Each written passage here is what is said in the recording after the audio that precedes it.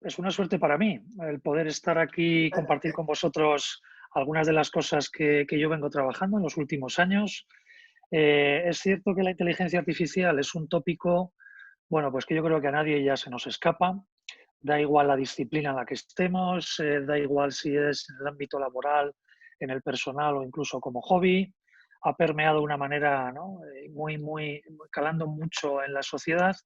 Y bueno, aún así, sigue siendo un poco paradójico eh, que la gente se sigue preguntando, oye, ¿hasta dónde la inteligencia artificial? ¿Hasta dónde, ¿no? Ese concepto del transhumanismo, de la singularidad? ¿Queremos ser más robóticos o queremos que los robots sean más humanos? Con lo cual sigue habiendo ahí, ¿no?, mucho debate y por eso me he atrevido a plantearlo en términos de qué es esto de complementar el ser humano con inteligencia artificial. Eh, Me he permitido también la licencia de plantearlo con ciertas preguntas, sobre todo porque lo importante de todas estas sesiones es que uno sea capaz de poner el ojo crítico, que es donde verdaderamente surge, ¿no?, el debate interesante y el debate rico. Y cómo no empezar por esto de la inteligencia artificial, ¿no? Evidentemente, si nos vamos a Wikipedia o a cualquier otra enciclopedia, no hay mucho donde buscar más allá de que esta inteligencia se llama artificial por contraposición a la humana, a la natural. Y es un ejercicio de los humanos intentando que las máquinas sean capaces de tener eso que llamamos inteligencia.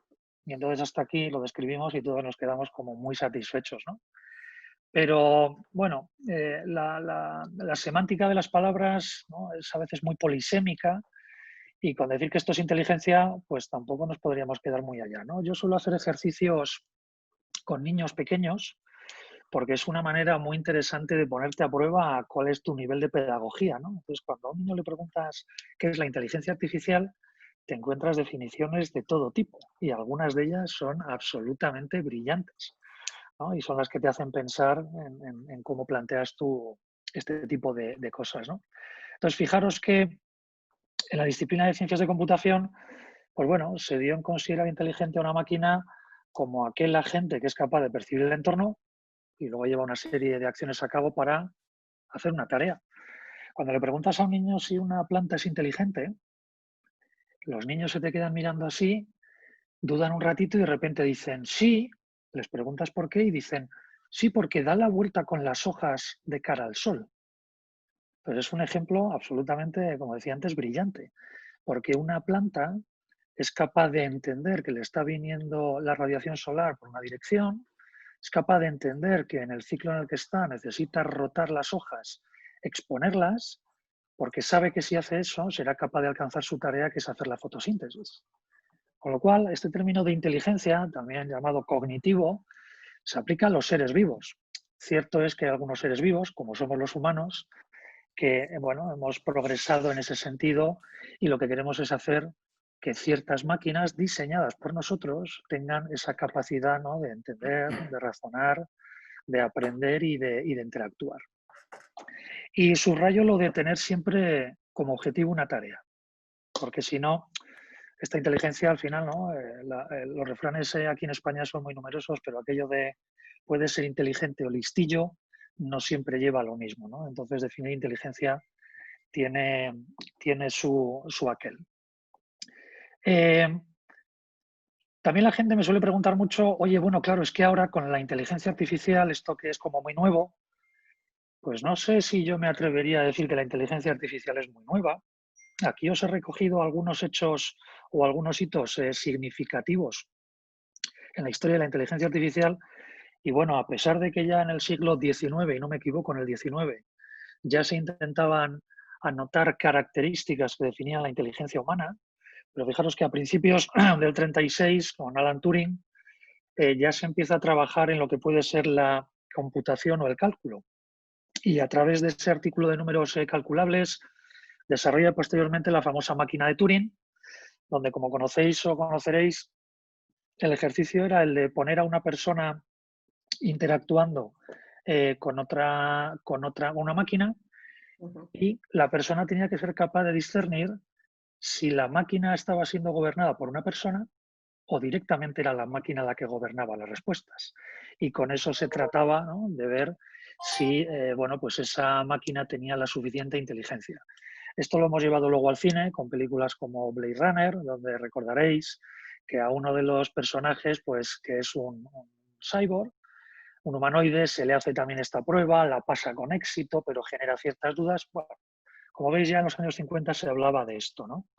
El término per se inteligencia artificial se le acredita a John McCarthy. John McCarthy era una persona que colaboraba en IBM allá en el año 56 y de alguna manera lo que le encomiendan es una tarea complicada de ser capaz de llevar una serie de computaciones de forma muy rápida en una máquina.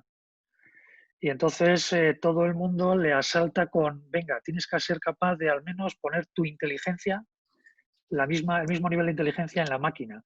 Y es donde él dice, bueno, ya, pero esto se hace de forma artificial. De ahí que se acuña ese término y se empieza a utilizar. Como veréis, del 56 a la década de los 80, bueno, no es que haya un cierto invierno en la inteligencia artificial, pero sí se produce, digamos, una cierta bajada, ¿no?, en los estudios o en las investigaciones que se hacen alrededor de la inteligencia artificial, pero en los 80 se retoma, donde, bueno, pues se retoma con esos términos que pone ahí de sistemas expertos. En términos de, bueno, la inteligencia es una cosa y la expertise es otra. A partir de ahí, y teniendo ya cierta computación disponible por parte de grandes compañías, pues aparecen cosas como IBM con Deep Blue, que conoceréis la historia de tratar de vencer a un gran campeón en el ajedrez, donde el problema era un problema fundamentalmente determinístico, muy exponencial, pero muy determinístico. Tratar de entender todas las jugadas que se pueden hacer como movimientos en el ajedrez, teniendo en cuenta cada movimiento anterior y todos los posibles siguientes. Era una cuestión de potencia, ¿no?, de potencia de cálculo.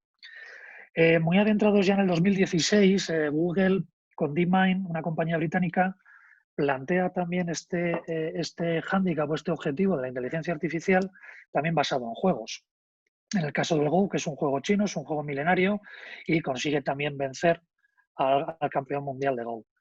Es muy curioso, pero la inteligencia artificial tiene mucha de su base en retos tales como hackear videojuegos, ser capaz de vencer en ciertos juegos o ser capaz, ¿no?, de trabajar en contiendas donde están claras las reglas de cómo se vence y cuáles son las reglas para conseguir ese objetivo.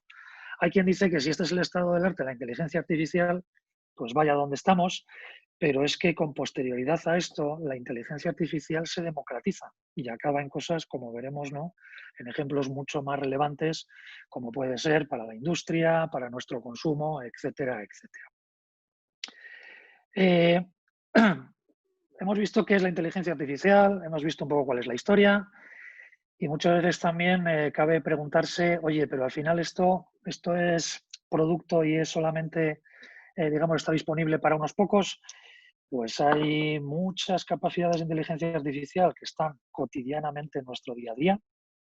Aquí simplemente os he recogido 4 screenshots, 4 pantallazos de mi móvil, como 4 ejemplos, pero estoy convencido de que vosotros podríais poner muchísimos más y efectivamente es muy cotidiano, ¿no? Desde el primer ejemplo donde, bueno, eres capaz de hablar a tu asistente del móvil para decirle que te encienda la luz de tu casa, controlar la domótica, la calefacción, simplemente preguntarle por algo y te lo busca en Internet. Y esto es inteligencia artificial. El móvil tiene que ser capaz de estar escuchando lo que yo hablo, capturar ese modelo acústico, transcribirlo a un modelo de texto y luego entender el significado y la semántica de lo que he preguntado. Y todo eso está basado en capacidades de inteligencia artificial. El caso de Netflix, que es el segundo imagen, el segundo dibujo, pues veréis que aborda el planteamiento de las recomendaciones, ¿no? Eso del 97% de coincidencia, de alguna manera, es el gran objetivo que siempre hay al respecto de la interacción con el cliente y es poder recomendarnos, poder ofrecernos valor. ¿De dónde sale ese porcentaje de coincidencia? Pues de una serie de modelos desarrollados con inteligencia artificial que en función de lo que has visto, cómo lo has visto, si lo viste seguido o paraste durante cierto tiempo, si entró el salvapantallas de tu tablet o de tu televisión y entonces se considera que no le prestabas excesiva atención. En fin, son ejemplos donde también hay modelos de inteligencia artificial sirviendo a este propósito. Algo muy cotidiano son las búsquedas en mapas. Yo creo que hemos llegado a un punto en el que si de repente desaparecieran los asistentes para localizarnos, ¿no? Los famosos mapas, pues yo creo que la sociedad entraríamos en un estadio de un momento. Esto casi ya lo consideramos como algo de lo que debemos de disponer, ¿no? Porque nos proporciona un valor. Y efectivamente, cuando tú pides una localización y pides unas direcciones con una ruta de un punto destino a un punto origen, perdón, de un punto origen a un punto destino, pues evidentemente alguien te lo calcula. Pero fijaros que también se establecen predicciones de cuál va a ser el mejor tiempo de llegada, cuál va a ser el de la distancia más corta, cuál va a ser el de la distancia más corta y el tiempo de menor recorrido en función del tráfico que hay. Todo esto, una vez más, son modelos que están además en tiempo real, y cuando decimos en tiempo real es tal así que le doy con el botón, tal así que me devuelve la ruta y tal así que me va diciendo las indicaciones a medida que me desplazo. Es decir, ahí también hay un reto, ¿no? Interesante. O incluso, fijaros, el reconocimiento de imágenes, pues aquí esto lo he cogido yo mismo con mi móvil, haciendo con mi cámara de fotos del móvil y enfocando a la presentación de hoy. Y como veis, me coloca esa cajita amarilla alrededor de mi cara, porque una de las capacidades absolutamente cotidianas y que está, por ejemplo, en la aplicación de cámara de fotos de nuestro móvil, es que cuando en en el ámbito de la foto, en el encuadro de la foto, encuentra alguna cara, nos pone ese bounding box, esa pequeña caja amarilla indicándonos que ahí hay caras. Esto evidentemente es una capacidad de inteligencia artificial que se llama computer vision, el reconocimiento visual, y bueno, pues nos aporta esa funcionalidad de poder identificar las caras que hay, ¿no? Repito, son aplicaciones de inteligencia artificial que están en puntos absolutamente cotidianos y bueno, aquí he recogido solamente cuatro imágenes de nuestros móviles, pero os podríais poner a pensar cómo hay un montón de aparatos como pueden ser las famosas rumbas o las aspiradoras que tenemos en casa, los cronotermostatos de nuestras calefacciones, que algunos de ellos también lo tienen, o incluso las televisiones que tienen un sensor de luminosidad para determinar cuándo hay incrementar o bajar el brillo, no solo por un sensor, sino por el modelo que tiene aplicado, puesto que no es igual la incidencia de la luz diaria que de la luz nocturna. Como repito, cuestiones muy cotidianas, ¿no? que las tenemos ahí. Este es un planteamiento, digamos, muy de consumo, muy de los humanos, muy de las personas, pero la inteligencia artificial evidentemente también tiene todo su desarrollo en el área industrial. Y aquí también os he recogido algunas pinceladas, muy pocas, de todas las aplicaciones que llevamos desde hace alguna que otra década poniendo en realidad en la industria. He puesto cuatro por aquello de que, bueno, veamos disciplinas distintas. Esta primera foto que veis al respecto de los aerogeneradores, donde además se ve que aquí hay un dron sobrevolando.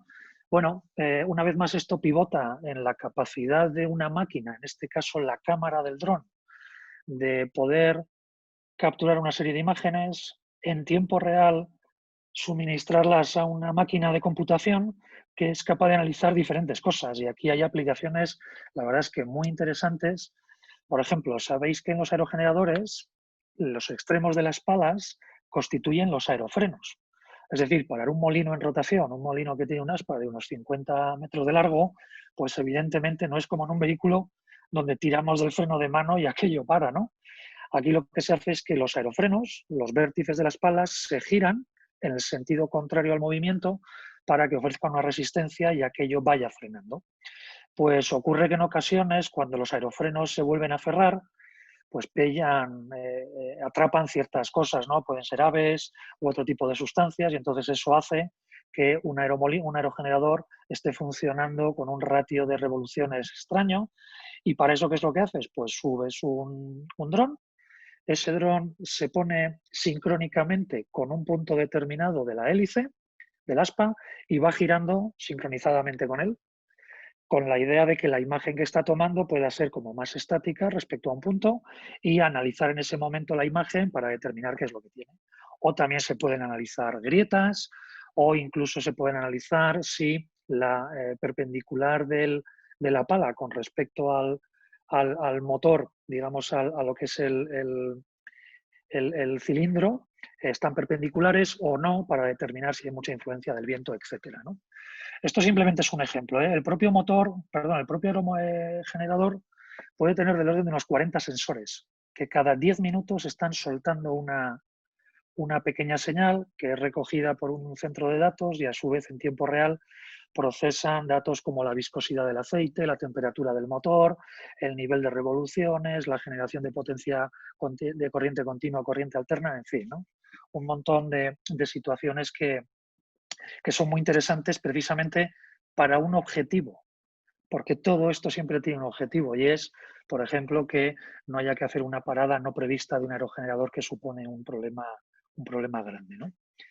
El otro caso que tenéis aquí a la izquierda, donde se ven estas radiografías pulmonares, este es un caso que se viene haciendo desde hace mucho tiempo, donde fundamentalmente la idea aquí es, por supuesto, ayudar y tratar, y digo tratar con absoluta humildad, de complementar al profesional sanitario, porque en muchas ocasiones no se trata solo de ver una radiografía y tomar sobre esa radiografía una decisión, o con la analítica o con el historial que has hecho, sino que de alguna manera, si eres capaz de procesar millones de estas radiografías, donde sanitarios y personal sanitario han sido capaces de hacer ciertas anotaciones sobre ellas y además anotando la evolución de esa patología, y eso eres capaz de ponerlo en una máquina que lo interpreta, si ahora a esa máquina entrenada le das una de estas 4 imágenes, puede clasificarte en qué situación se puede encontrar ahora mismo la evolución de ese paciente.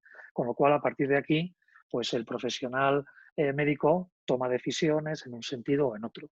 Evidentemente, en tiempo y por el propio paciente no es posible ir revisando cientos de miles de radiografías para intentar interpretar, ¿no?, cuál puede ser la similitud o las diferencias de cada una de ellas, ¿no? Aquí abajo a la izquierda, alrededor de esta señal de stop, veréis que seguramente alguno de vosotros ya lo conoce. Esto es una imagen del autopilot de Tesla. Sabéis que Tesla se declara como una compañía de inteligencia artificial, no como una compañía automovilística. Otra cosa es que el producto con el cual comercializa su verdadero producto, que es la inteligencia artificial, son los vehículos. Entonces, esto es una de las imágenes de la última release que liberó Tesla al respecto de la conducción autónoma. Es decir, hablamos ya de aplicaciones que no es ganar al ajedrez o jugar al Go, sino ser capaz de dejar a un coche solo, donde puede o no ir sentado alguien a los mandos y ver que es capaz, ¿no?, de circular en este caso por una calle de doble sentido, con coches aparcados, donde en el suelo hay una línea que tiene que interpretarse como un stop, y hacer todo esto nada menos que en términos de milisegundos. Aquí hay un montón de procesos y de algoritmos capturando diferentes cámaras, diferentes láser, diferentes LIDAR, y con todo eso ser capaz de llegar a algo como hay que pararse. Otra gran aplicación de la inteligencia artificial. Y bueno, no me quería ir muy lejos, porque siempre parece que hablamos de cosas que hacemos, ¿no?, de gente, digamos, de fuera, de nuestros lugares. Esto que veis aquí del Instituto de Ingeniería del Conocimiento, este instituto es una entidad privada que, por cierto, está adscrita y tiene sus oficinas en la UAM, en la Universidad Autónoma de Madrid. Es una compañía con la que nosotros en IBM colaboramos mucho y, como su nombre dice, pues se dedican a hacer ingeniería sobre el conocimiento y llevan muchos años utilizando inteligencia artificial, en su momento llamado sistemas aspectos, para diferentes situaciones. Una de ellas, que lleva mucho tiempo y dando servicio a entidades bancarias de muchísimo renombre, es esta aplicación que se llama Lynx y que fundamentalmente lo que hace es detectar fraude en movimientos de tarjeta de crédito. Haceros a la idea lo que supone en tiempo comprar algo en un establecimiento, sacar la tarjeta del bolso, pasarla por el datáfono, esperar esos segundos y que en esos segundos se determine si ese patrón de compra, dónde estoy comprando, a qué hora estoy comprando, qué artículo, o mejor dicho, cuál es la categoría del establecimiento donde compro, y en ese momentito determinar si es fraude bancario o no. Yo creo que a nadie se nos escapa, en los últimos años lo estamos viendo, que nos llega una llamada del banco diciendo, oye, ¿tú ayer estabas en Filipinas? Y evidentemente dices, no, ¿por qué? Pues ya sabes por qué es. Al banco le ha llegado una alarma donde se especifica que ese movimiento bancario tiene una probabilidad alta de que pudiera ser fraudulento. Y eso hace que el banco en ese momento ponga on hold, en cuarentena, esa transacción bancaria, confirma contigo y a partir de ahí determina si deja continuar la transacción o no la deja continuar. Como veis, hay aplicaciones, no solo en nuestros móviles, sino también en la industria. E incluso algunas más cercanas, ¿no?, que he querido poner porque además, dada la situación de COVID-19 en la que estamos, pues para que veamos que esto no es algo de Blade Runner, no es algo de 2001 Odisea en el espacio, sino que son cosas absolutamente cercanas y absolutamente cotidianas, ¿no?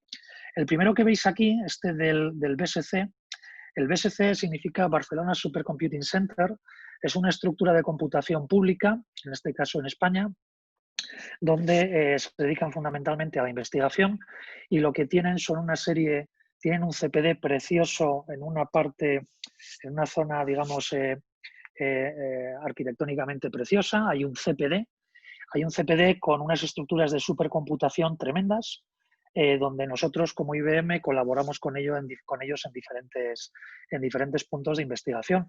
Y concretamente en el que trabajamos es en este de medicina de precisión cognitiva o basada en inteligencia artificial.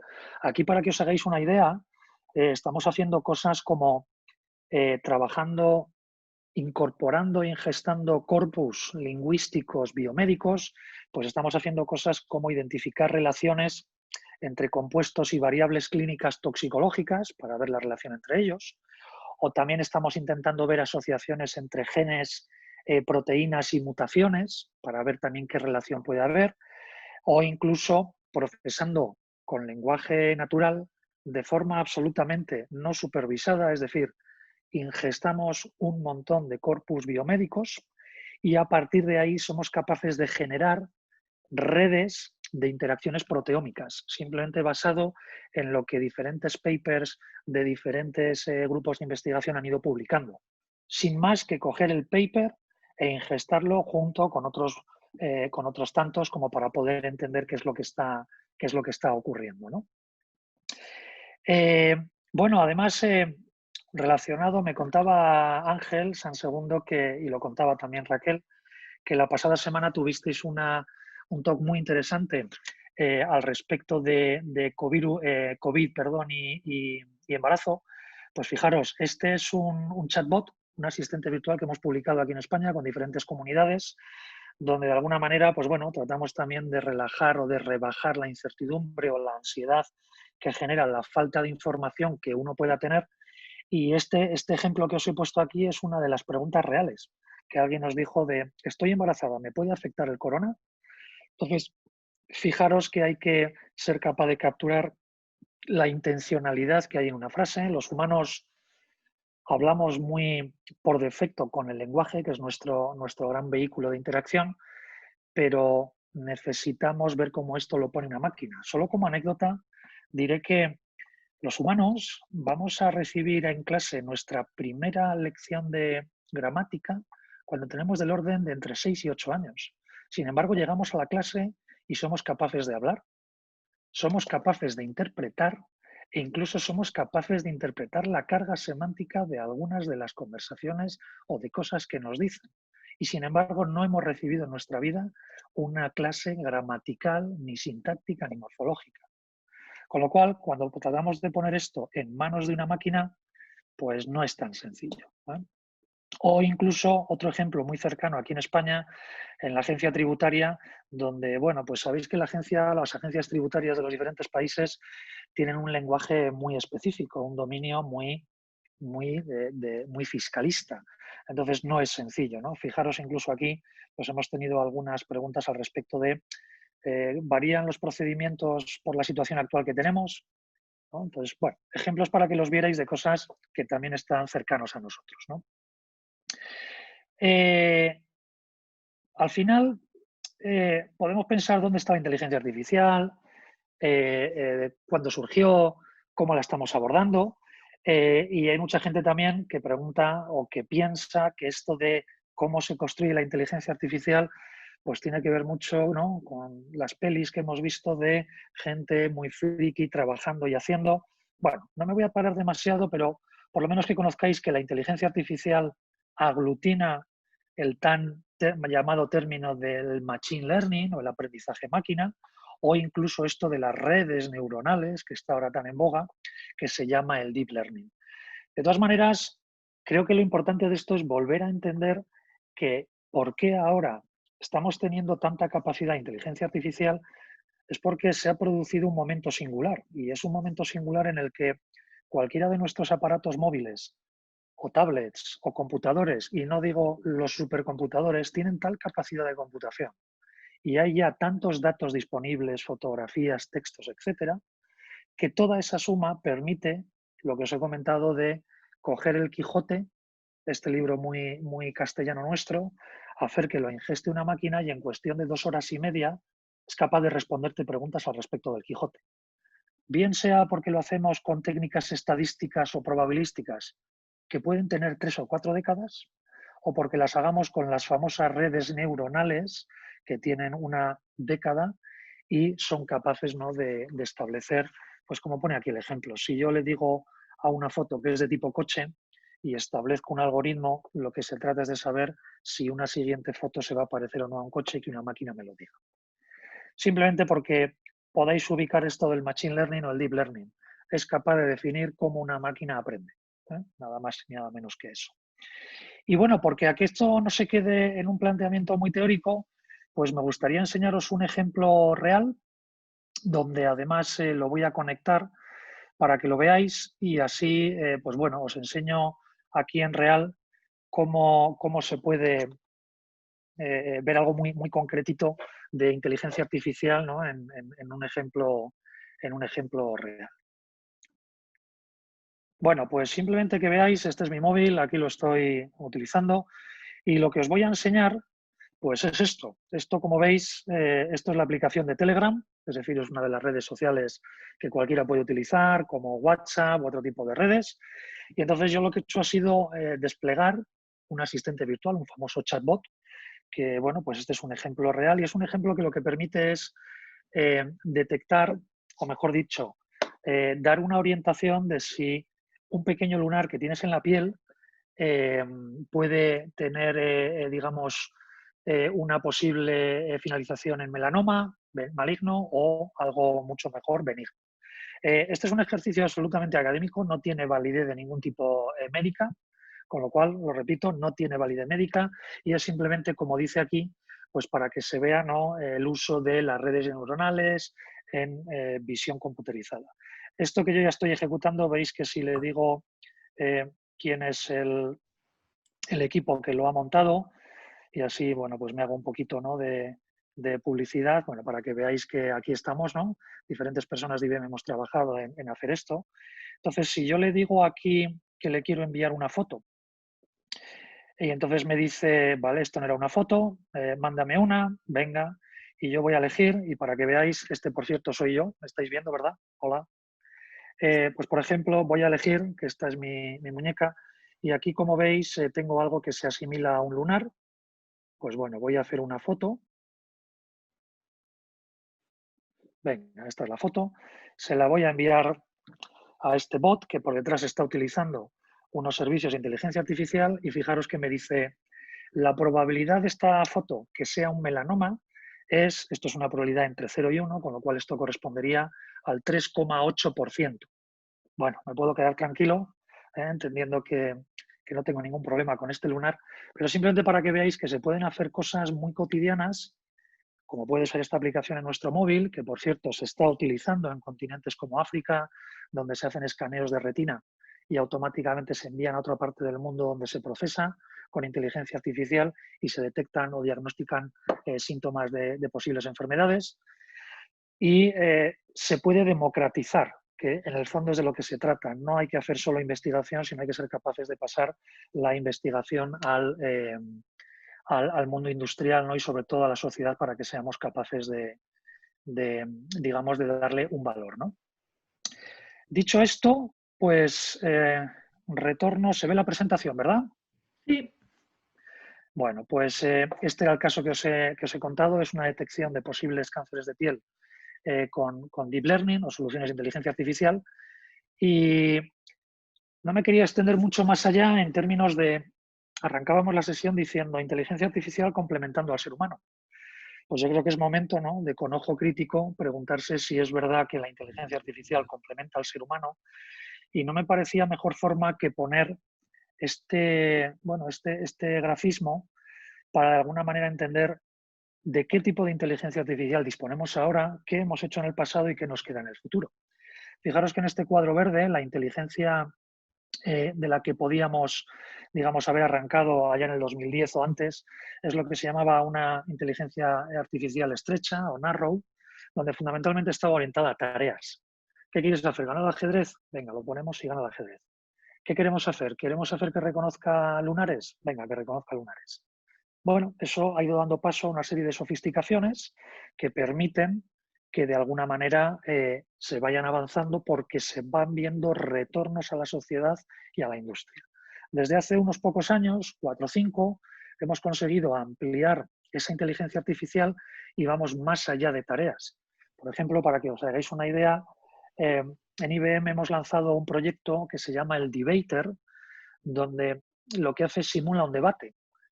Lejos de un chatbot donde podemos preguntarle a Siri, quiero cenar esta noche en un restaurante, y nos dice de qué tipo, y le decimos de qué tipo, y nos dice esto es lo que ha encontrado, y eso es un sistema de preguntas y respuestas, perfecto.